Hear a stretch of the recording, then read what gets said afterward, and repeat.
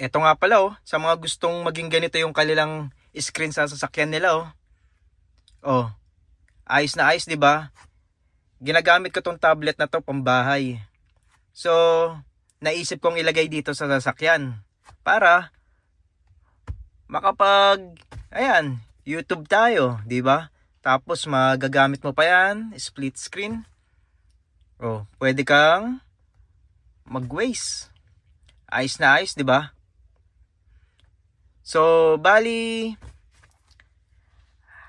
ayoko kasing palitan ng head unit yung ating sasakyan kasi baka ma-void yung kanyang warranty. Ito yung totoo niya. Yan. So, kinabitan lang natin ng ganito. Order ako.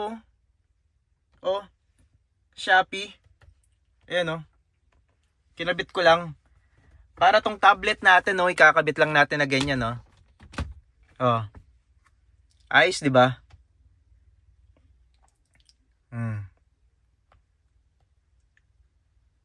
Ayos, 'di ba? Ang ganda. Spotify.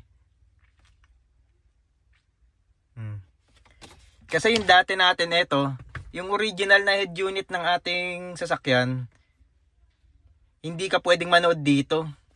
So bali pang navigation lang siya. Music, navigation. Siyempre nakaka-boring, 'di ba? Ngayon, pwede na. Pwede mo na siya. May Netflix, pwede Pwede kang pag na-boring ka ayos, 'di ba? Kaya order na kayo nito. Dinikit ko lang diyan sa likod ng ating tablet. Ayos.